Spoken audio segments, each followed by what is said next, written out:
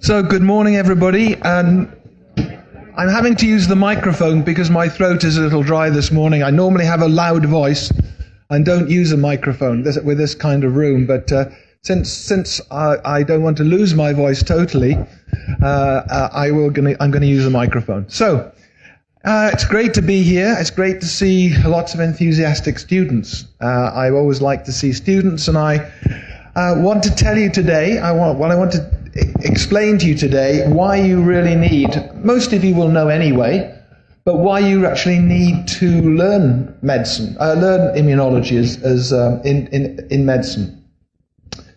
I've been actually working, teaching medical students probably for about 35 years now, in different universities in the UK and Georgia. Some of you may know that I actually have been working in Georgia for the last 23 years as part of European higher education programs, and I started out at TSU, and in fact last year I became an honorary faculty member of TSU, which has been great because I've been working with them for a long time and help them develop different kinds of aspects of immunology in their teaching and other subjects as well. So let's start out then with the important question. First, I guess one of the first questions is, why do we need an immune system at all? So tell me, why do we need an immune system?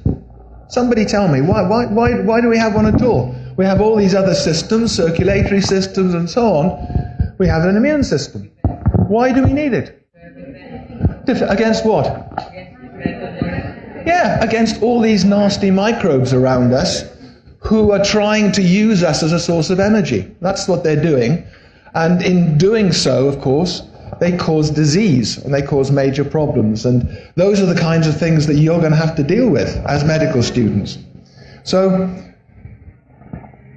protect us against pathogens is basically it. They're infectious organisms, and they are trying to use us as hosts to pinch our energy, essentially, reproduce themselves, and move on to another person. So it's important to understand about this mechanism, and it's also particularly important to understand what we can do to actually prevent microorganisms, to prevent this happening. Our immune system can do it and does it fairly effectively in most cases. But we all suffer, like I have a cold now. So our immune systems don't deal with it terribly or always very efficiently.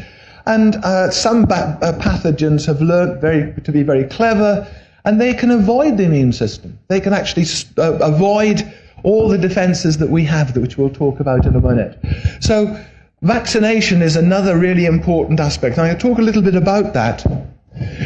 These are the kinds, this is the huge range of organisms that can potentially infect us. And there's a whole range of different genera, different types. We have viruses, bacteria, protozoans, fungi, parasites, and even now components which seem to be protein, but seem to be able to infect. And these are the classic things like mad cow disease that was a big thing about 10 years ago. In fact, it was thought that this was going to be a major issue of people eating beef containing these prions that could actually cause major problems. Fortunately, this hasn't happened, and it's not clear yet why, because we haven't we haven't specifically produced anything to avoid that happening. So this is fortunate that this hasn't carried on, this mad cow disease. But as you see, there are a huge number of viruses and bacteria that we really need to protect ourselves against. Not only about the ones that we already know about, excuse me, but we also know that there are many new organisms and strains of organisms appearing globally all the time, newly emerging diseases that our immune system has to deal with. And this, you don't need to worry about this too much, but you can see lots of these different types, and particularly drug resistance. And you'll be very much aware of that about TB, for example. This has become a major issue, that there are drug-resistant bacteria that eventually could potentially wipe us out. Because if we haven't got the antibiotics to deal with organisms that our immune system can't deal with, then we're in trouble. There are new things being developed that are going to help that. And I have to say, one of these is something that is originally developed in Georgia. And these are bacteriophages. Now, do any of you know about bacteriophages? Have you heard about bacteriophages? They're viruses. Yeah, they're specific viruses. Instead of infecting eukaryotic cells with nuclei in them, they actually attack bacteria. And they use the bacteria as a source of energy to reproduce themselves. And it's these phages actually are potentially going to be very useful in the future. And right here in the Lydyard Institute in Tbilisi was where it really all started. And I visited there many times actually since I've been coming here, because I have a real interest in bacteriophages because of this, what I think is a possibility that they're actually going to save us eventually because of all the drug resistance that's going on. Okay, so there's a lot of emergent diseases, and this just shows mortality of these infectious diseases. So about 15 million people die every year as a result of infectious diseases, which is quite a large number actually when you look at it. And this over here gives you some of the different types of infectious diseases that cause that mortality. So major problems that we have to deal with.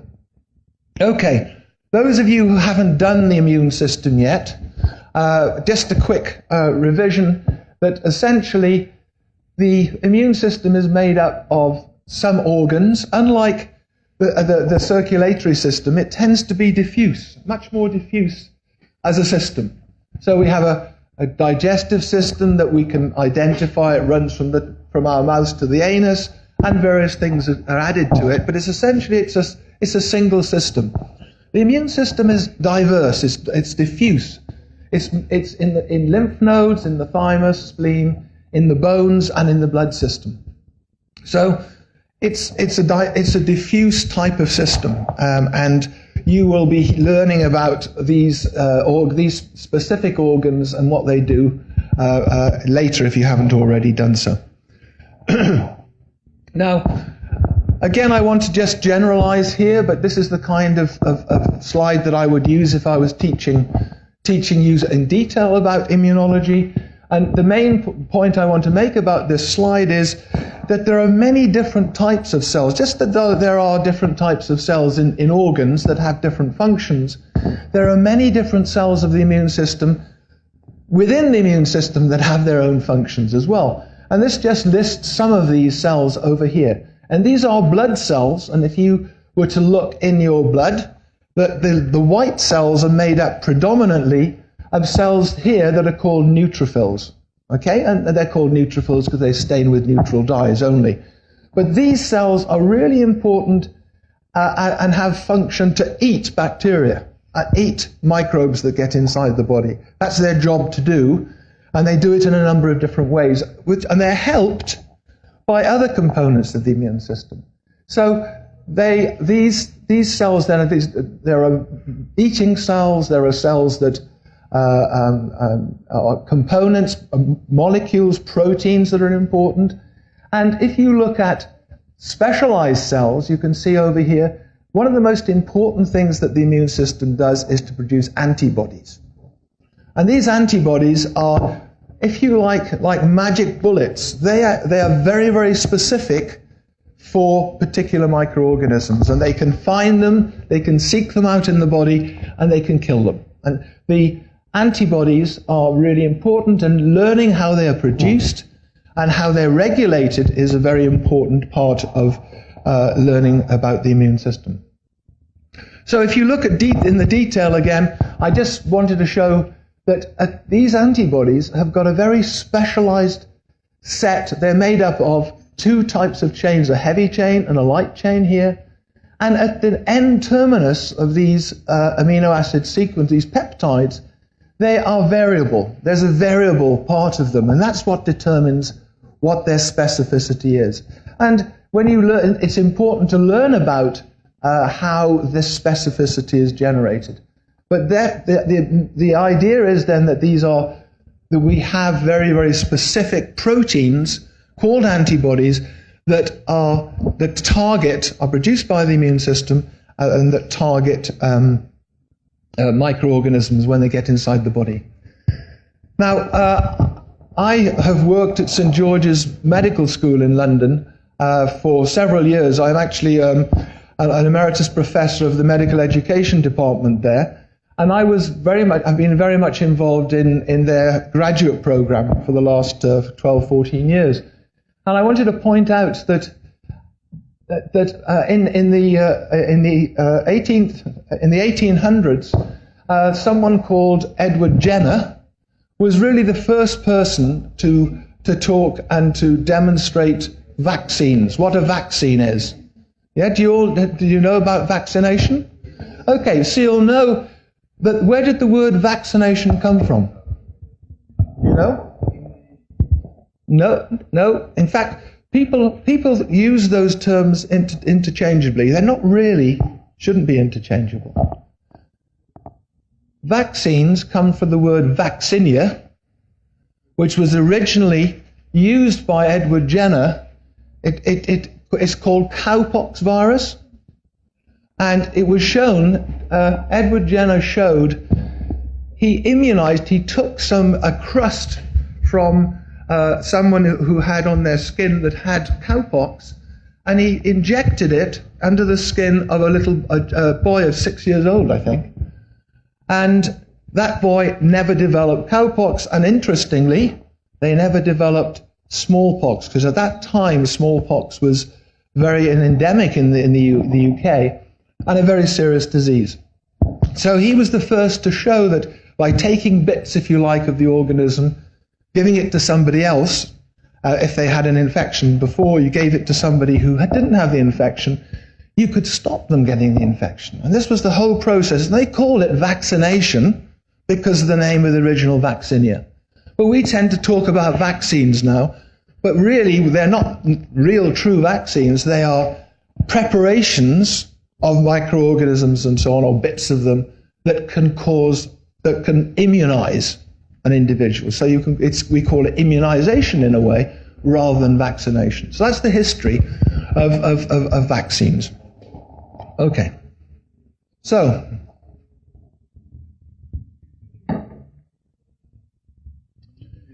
and this is the principle. The principle of the vaccines is that basically, if you take a bit of a microorganism from somebody who has an infection, and you inject it into somebody else, then they make an immune response against it.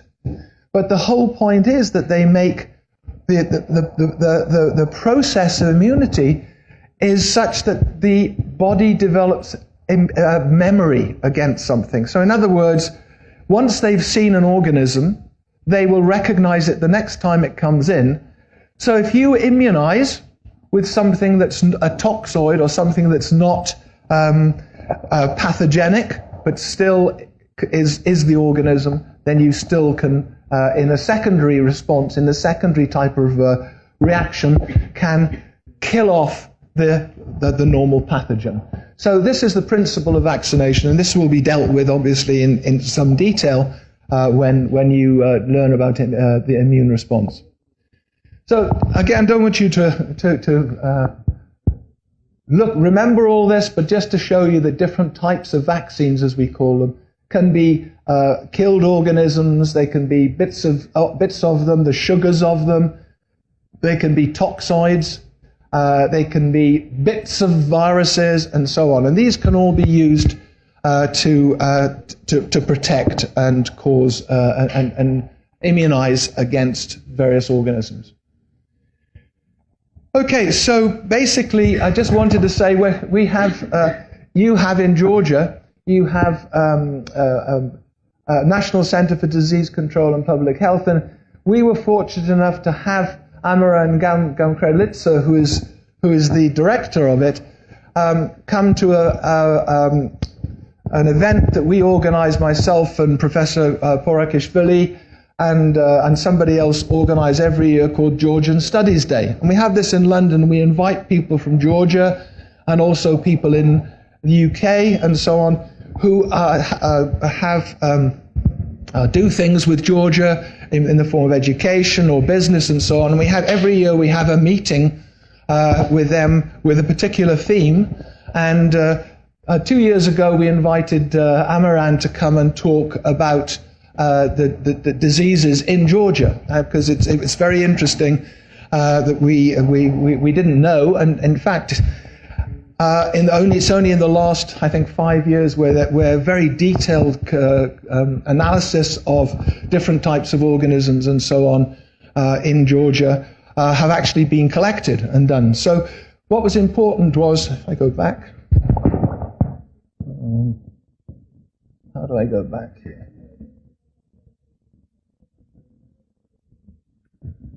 Yeah, so what he showed the different types of vaccines that you have here in Georgia. So you can see, and new ones have been introduced relatively recently, and so you can see right over here the different types of organisms. Things like the MMR vaccine, DPT, which is the diphtheria, tetanus, and so on. So there are a number of different vaccines that you use, and they are increasing as we speak. There are more and more of these vaccines. So what about the methods of immunization? Many of you, even as doctors, many of you will well, not many of you, but some of you will fear a needle. You know, nobody likes to have a needle stuck in their arm. Well, you probably know that. Well, first of all, how many of you watched Star Trek? Have you ever seen Star Trek? Yeah, one. I can't believe there's only one person here seen Star Trek. Well, this is a futuristic program about pioneering the universe, if you like. And there was a guy there called Doc here. You can see him here, and he used to give injections. And he used to go around, and he had like a little gun, and he'd stick it on the arm and press a button, and he'd be vaccinated. Well, this is a gun just like that, actually. And we're moving towards using this as a way of immunization. So what this does is, with compressed air, it will shoot small amounts of the vaccine into the skin. So you don't have to have a needle. So the future will be that you don't have to use a needle for vaccines. They're working on this at the moment, and they already have some trials gone on. So fear of needles will disappear, I think. Okay, so the other thing. So we've talked a little bit about the immune system, what it does, and vaccines, which, as I say, are very important. You need to understand about those. What happens if the immune system, and this is the kind of thing you will be dealing with, things would go wrong with the immune system. And so if the immune system doesn't work properly, it can lead to common and serious infections. And these serious infections can be due to a number of different ways, if you like, of damaging the immune system. So for example, it's known that you require many nutrients, different types of nutrients. Zinc, for example, is a really important element for the immune system. And without those different elements, without the nutritional, other types of food and so on, you can get what is called secondary or acquired immune deficiency. Drugs are very important as a source of damaging the immune system. And you're probably aware that when we treat cancer, for example, we use drugs that stop cells dividing. That's the function, because cancer cells are dividing all the time. And so we give drugs to stop them dividing, anti-cell division. But of course, the cells of the immune system don't just go around and do things. They have to divide. They increase in number. So if you use these drugs, you stop the immune system working correctly. And so when you're being treated with cancer with these chemotherapeutic agents, the balance has to be set in terms of how much drug you give, in terms of the damage to the immune system. So those are the kinds of things that you will learn about as well. Cancer itself can cause immunodeficiency. Some kinds of leukemia, for example, do you know what leukemias are? What's a leukemia? Okay, it's a blood cancer traveling around in the bloodstream, okay? And you can have leukemic phases of cancers as well.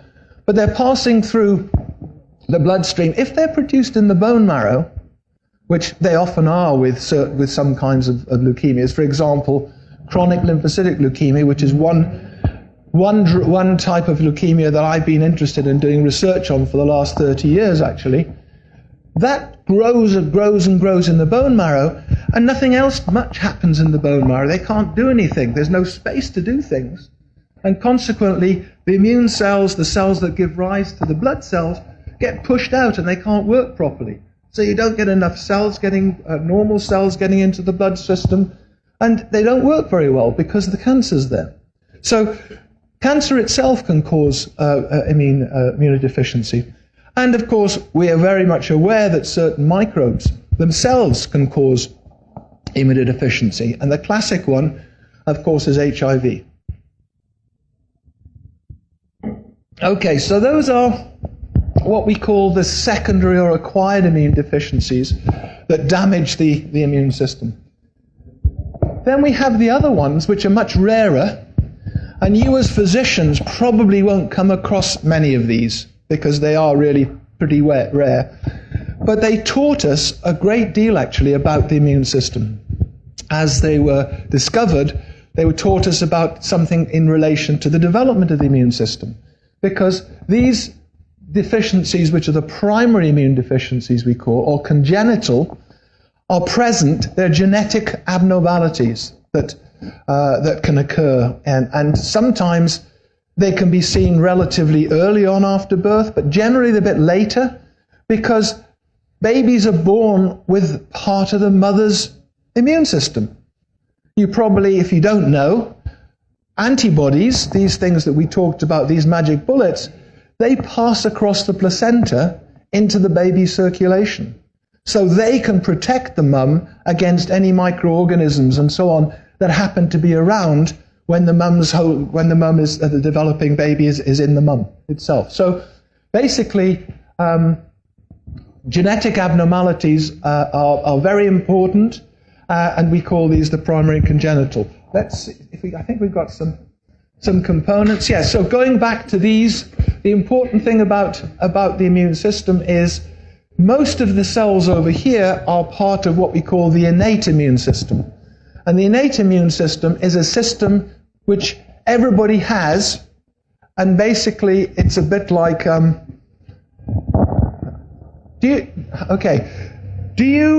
many of you have seen the movie Groundhog Day?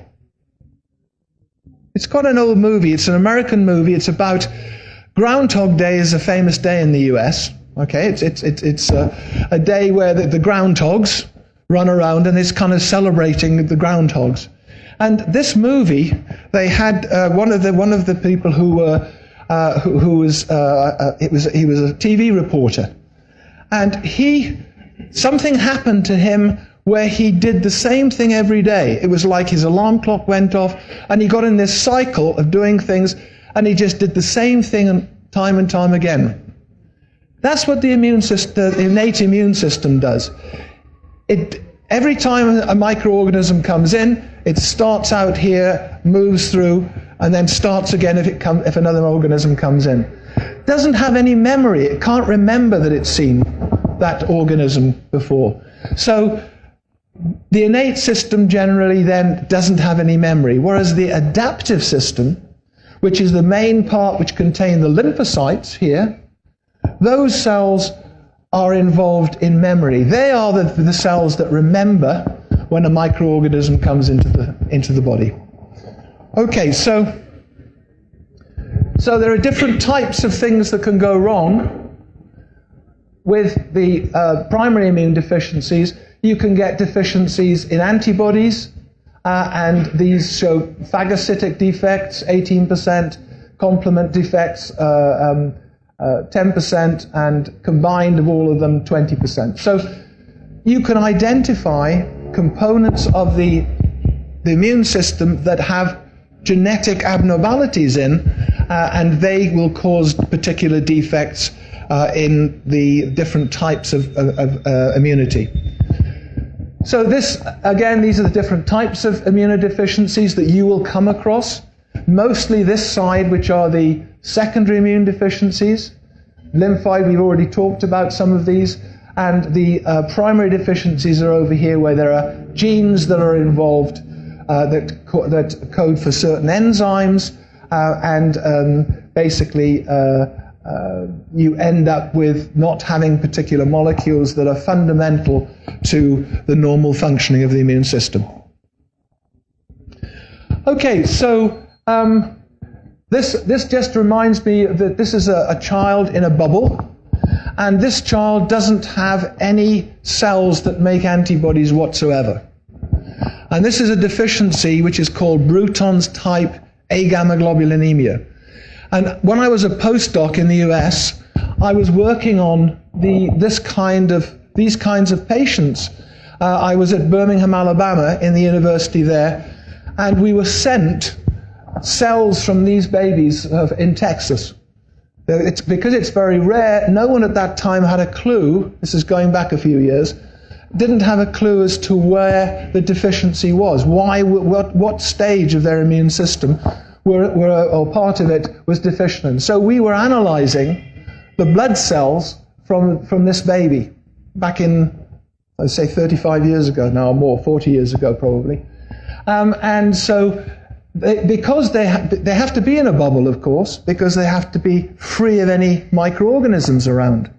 And there's very special care involved in this, in that it's an environment that is totally free and filtered, and there's no bacteria getting inside. Otherwise, the baby's going to get infected very quickly and die. Okay, so we've talked about things that you will see as doctors in terms of the immune system being deficient, but you'll also see diseases where the immune system is overactivated, and actually when it sees something, it will not just get rid of it or try to get rid of it, it will actually continue to try to get rid of it. And a classic example of this is autoimmune diseases. So in this situation, the immune system sees its own body, if you like, as something that's foreign. And therefore it tries to make an immune response against it. And that's what happens in autoimmune diseases. And I'll talk about allergies in a minute, because they're also very important. So if we look at normal immune responses, then we make antibodies.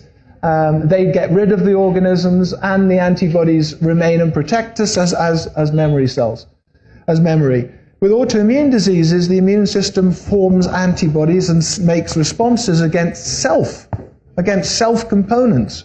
And these attack the cells and destroy them. And you get you get chronic inflammation commonly in these type of diseases. Okay, so some of these diseases, you will definitely come across these as physicians, because autoimmune disease is relatively common particularly as people get older. It tends to be, although you can get autoimmune diseases when you're young as well, but essentially rheumatoid arthritis, probably one of the most common types of autoimmune diseases.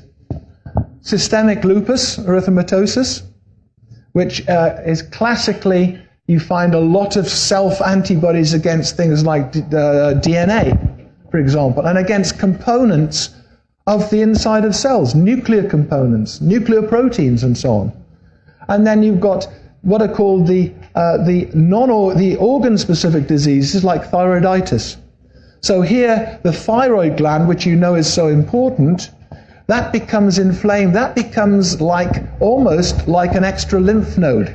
Becomes very highly, contains components that are just like in a lymph node, and you get a lot of inflammation. which destroys the thyroglobulin and stops the thyroid, the T4 and so on being produced, which means that the patient gets lethargic. You can't actually, they can't get enough energy. They're not because the thyroid hormone is required by all cells of the body, in fact, in terms of their metabolism.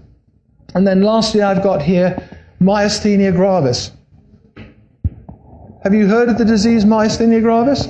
So what happens with myasthenia gravis? Here you can see this poor gentleman can't keep his eyes open. Basically, his eyelids are drooping.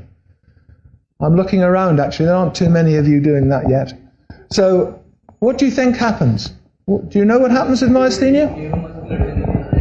The neuromuscular junction, yeah. What about it? Yeah, so antibodies are made, autoantibodies are made against something called the acetylcholine receptor. Yeah? And that sits on the muscle plate. And the only way when you get a nerve ending, the only way it can tell the muscle what to do is to produce acetylcholine, which passes across this gap, is taken up by this receptor on the surface of the protein, of the muscle, and then that starts the action potential of the muscle. Okay? If you've got antibodies that get inside these, where the junction is, they attach to the acetylcholine receptor, and so it doesn't become available for the acetylcholine getting across. So the muscle can't be stimulated properly, and therefore you get very weak stimulation. And that's why when the eye, for example, the eye, you have muscles in the eye, of course, because you can open your eye and close them, but they are often one of the first muscles to be seen that are affected if you have this disease, have these antibodies against acetylcholine. So this is an important, and there are lots of different treatments and so on, but I'm not really going to talk about treatments today. But okay, so we've got, if we look at the most common type of autoimmune disease, probably is rheumatoid arthritis. I don't know whether that's true in Georgia, but my guess it is. Do you know, is it? Is that one of the most common autoimmune diseases? Right, okay, so generally speaking, this is a kind of global picture. So this gives you the number of people per 100,000 who develop. So, you know, if you, let's say that's 1,000, that's like 1 in 100,000. That's about 1% of the population can get it globally. It's a very high, and of course, rheumatoid arthritis is generally, although male and females can get it, it tends to be a lot of female get it a little bit more. And in fact, generally, what's interesting about autoimmune diseases is that they tend to be more prevalent in females. And we don't really understand that. One possibility is, of course, that the immune system, and not many people actually know about this, and it's not really given in many of the textbooks, although I have to say one of my textbooks, we deal with gender in the immune system. And females tend to make more antibodies than males do. So one of the things that we think, one of the causes, if you like, or one of the ideas that, as well as hormone control, one of the ideas is that females, because they make antibodies, they're have more difficulty in regulating those antibodies. So that just gives you an idea of, so they disproportionately affect women. I've already said that. So for example, this Hashimoto's thyroiditis, there's 10 to 1 ratio of women to men in terms of getting that disease. And you can see in all of these, actually, going down, less so in MS down here, but in rheumatoid, there's your 2.5, about 2.5 to 1 of female to male ratio. So again, this is important. This is also important, I guess, as you as doctors, in terms of thinking about prevalence and so on, and male and female relationship with these, in terms of when you see patients, and when you see what they present you with. Okay, so the other major effect of the immune system overreacting is, of course, the development of allergies. And allergies actually seem to be becoming more and more common worldwide, as it turns out. Now, we don't understand that. A lot of ideas have been put around about the possible role of pollution in terms of affecting the immune response to that. But it's really unknown, but it's a major issue, and you as physicians will have to deal all the time with people coming in with allergic problems. And what happens in allergy? These are just some of the types of allergy that you'll see against plants. Against bee sting is not an uncommon type of allergy. I guess it's probably true. You have bees in Georgia, so I guess you probably you see quite a lot of that. And of course, over here we have pollen and so on, and animal dander. And the important thing about allergies is that the immune system, for some reason, is recognized something that actually is not harmful. Pollen is not going to damage your immune system. It's not going to cause any problems. Animal dander is not going to do anything to your body. So something is interesting that the immune system somehow starts to recognize and respond to things that aren't important, that aren't going to be pathogenic. And that's all to do, I think, with the way in which the immune system works. So this is typical bee sting here. This lady has had a bee sting in her eyelid, and you can see it's extremely swollen and inflamed. And this is, I say, a common way of which type of allergic response. The other is house dust mite. And house dust mite is really interesting as a type of allergic response, because these small dust mites are everywhere. You can't get rid of them. They're everywhere. Wherever you live, you're going to have millions and millions of these house dust. However clean you are, you're going to have these house dust mites around. They're in the carpet, they're in your bed, they're everywhere. And what causes the allergy is not the mites themselves, but not very nice, but it's the feces. Something in the feces of these particular house dust mites that actually cause the allergic reaction.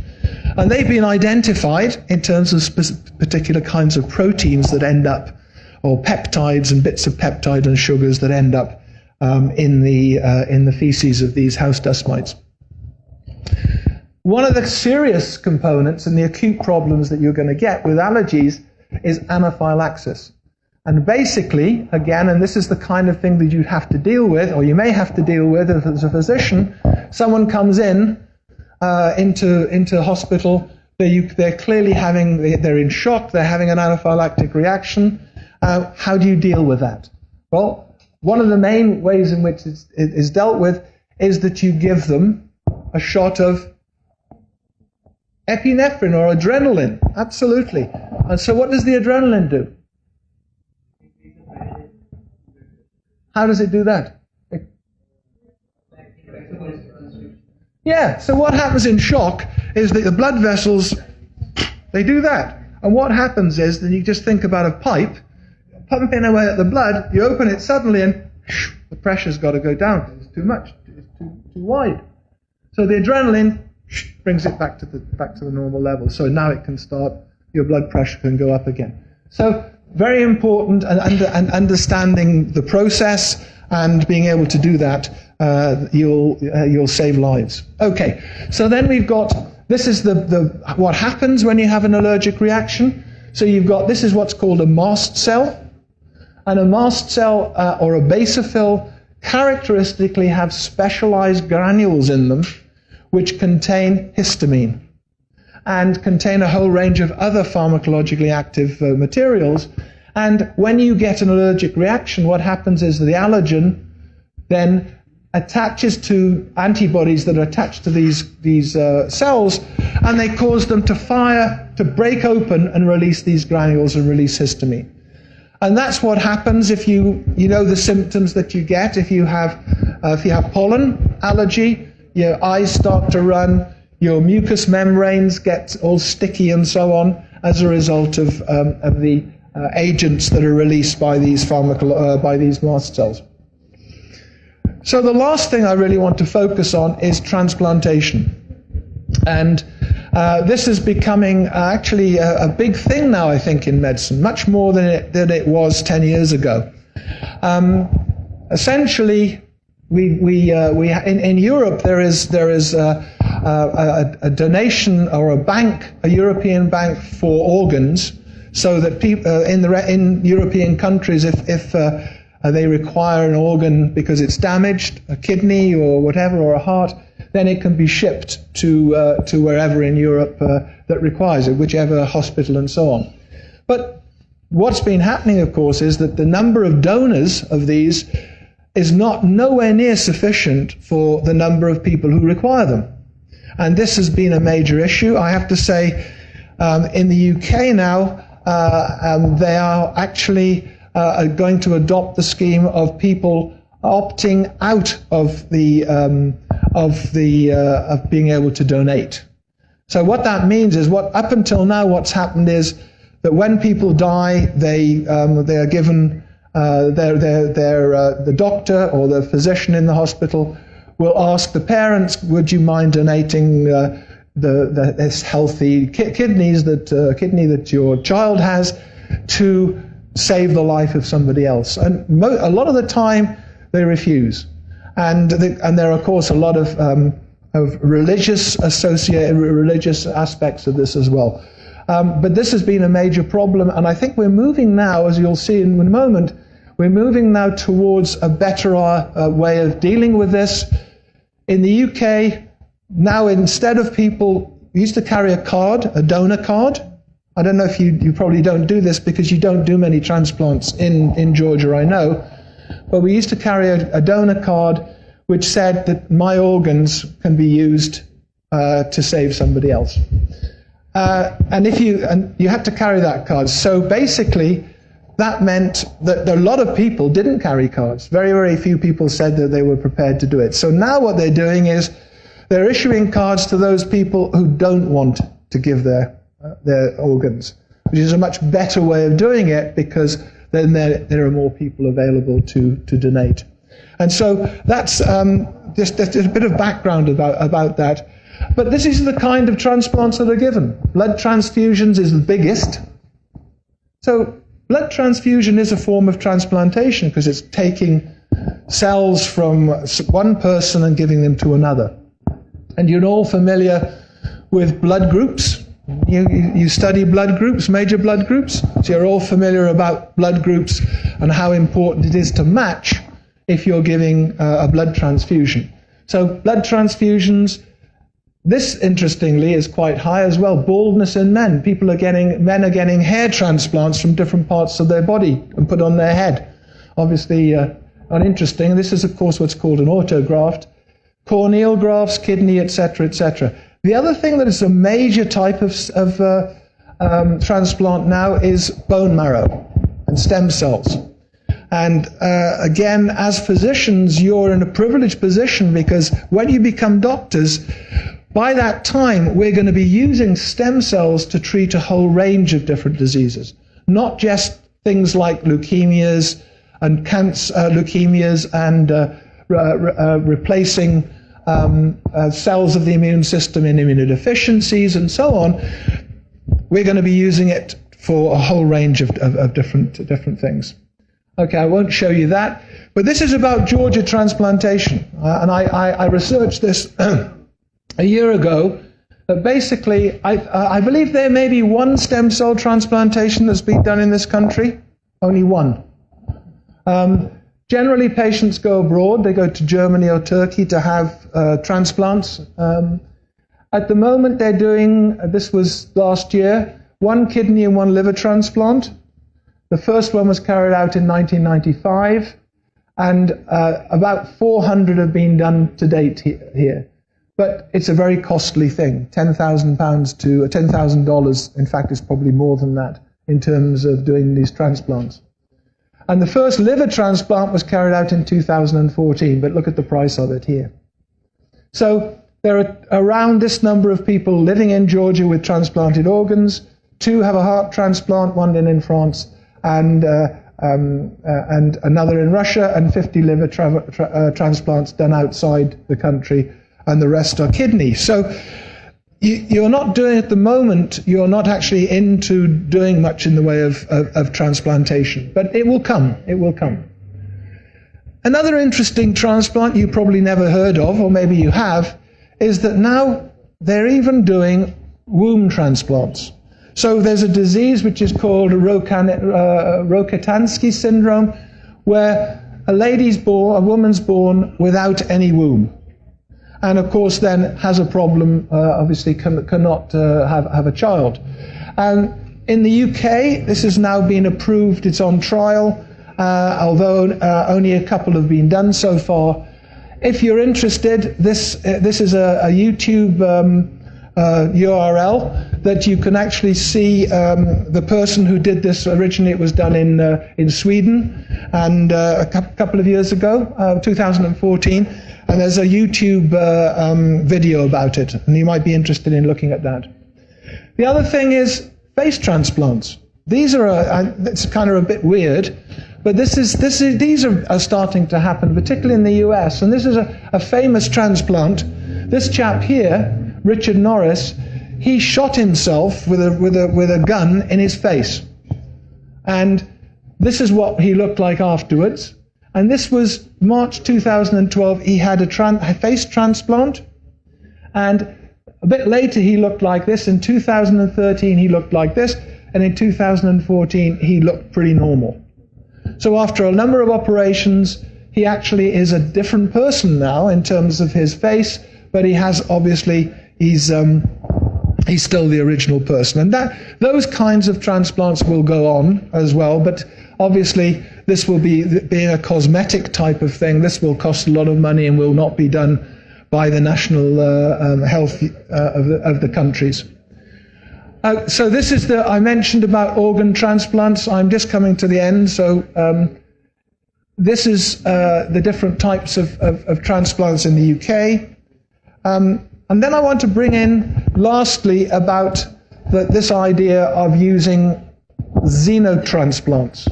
So the concept of using organs from animals instead of humans. If you haven't got the donors, if you could find an animal that produced an organ that was, for example, roughly the same size. Pigs have a heart roughly the same size as our hearts.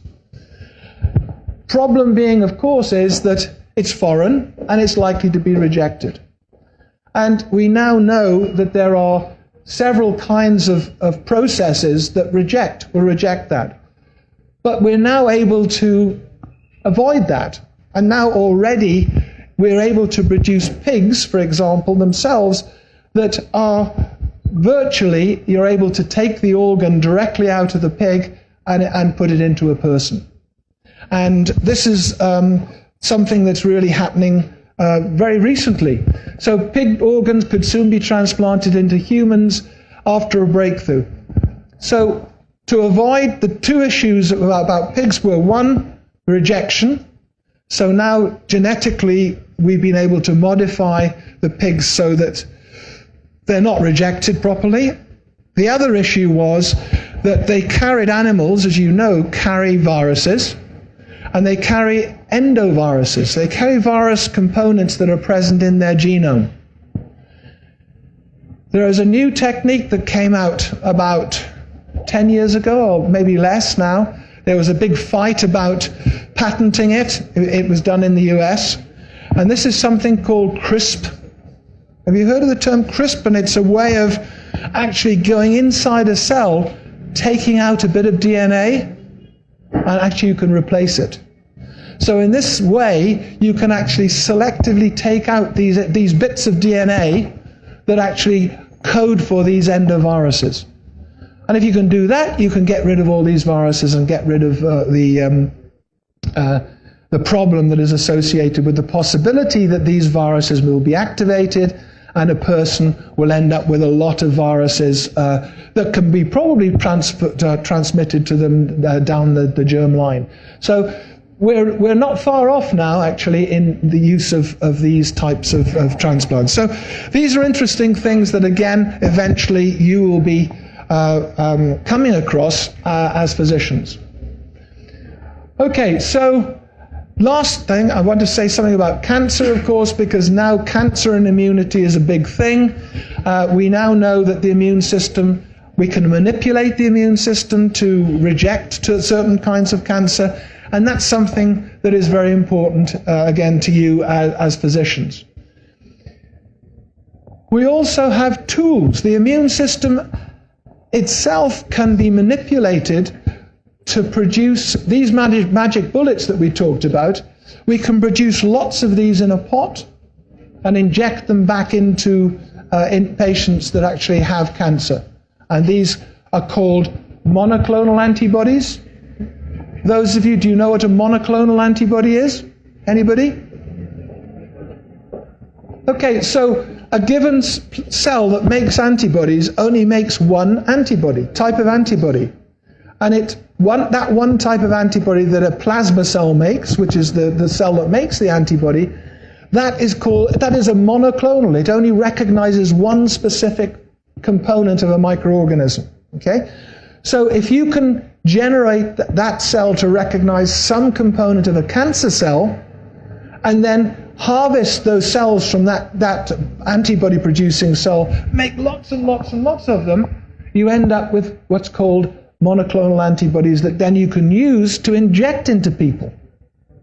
And this type of therapy is really taken off in terms of treatment of patients with cancer. And this, for example, rituximab, is an antibody that wipes out all the certain types of cells in an individual, that actually recognizes a component that is present on certain types of leukemic cells.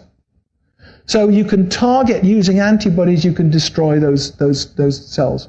So this is the future of immunotherapy. You will be using these, they'll get cheaper and cheaper, and and I know that some of these are already being used in this country for treating patients. I heard, I think yesterday, that, do you know Herceptin? You heard the term Herceptin? Okay, where's Herceptin? This one here, Herceptin, is an antibody against breast cancer cells.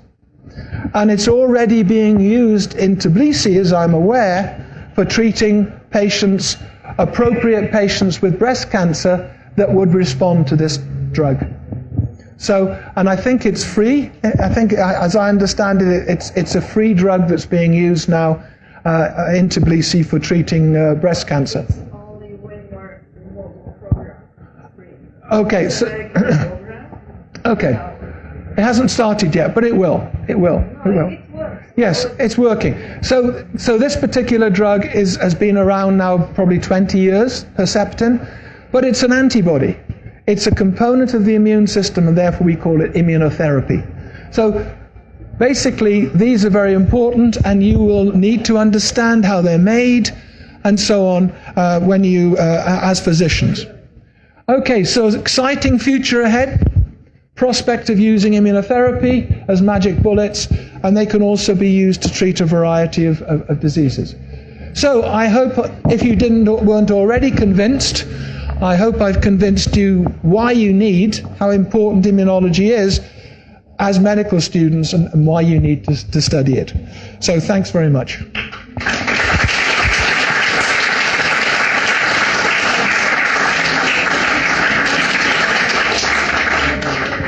Are there any questions?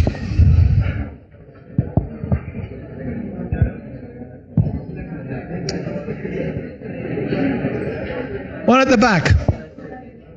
Yes.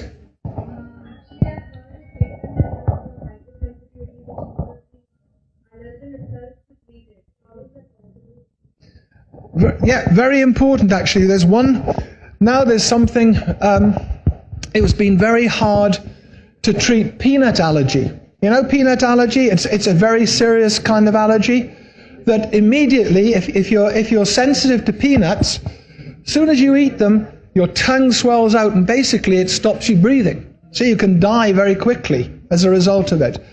And what was found out some years ago, that treatment of, the lady at the back was asking, if you didn't hear the question, was asking about giving bits of what caused the disease and stopping it from happening, essentially.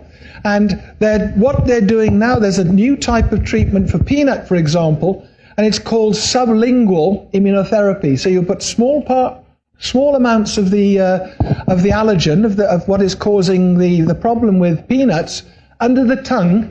It gets absorbed through the mucous membranes of the tongue. It gets to see a number of important cells that actually develop suppression against that. So it's a way of regulating, stimulating the immune system to suppress what's going to happen to the response to that allergen rather than make an immune response.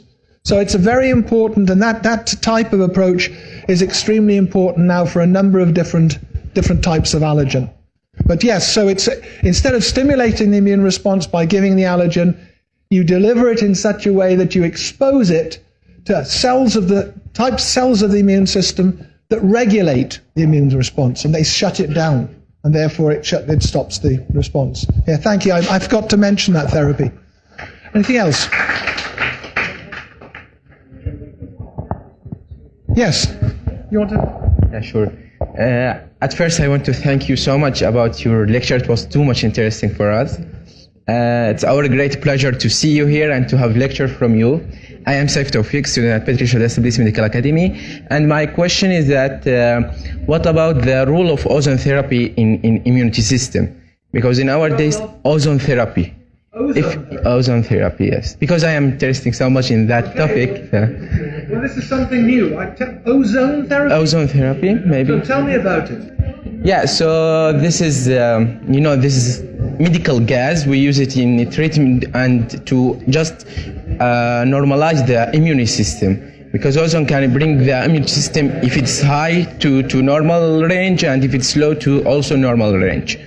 So regulate the immune system. Immune system, we use that. So how that. does that work? Excellent. So, but I need to know more about that. Maybe you have some information about that. You can tell me. Okay. All right. That's very interesting.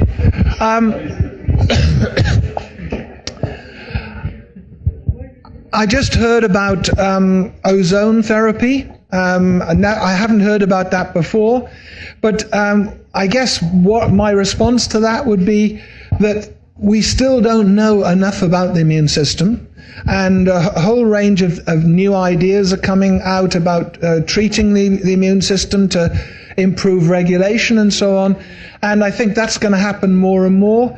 And as we understand more and more about the cells of the immune system and how they work, then we might find a lot of different types of therapy that we never even thought about before in terms of helping us as physicians to control the immune response. So thank you. I will look up about that.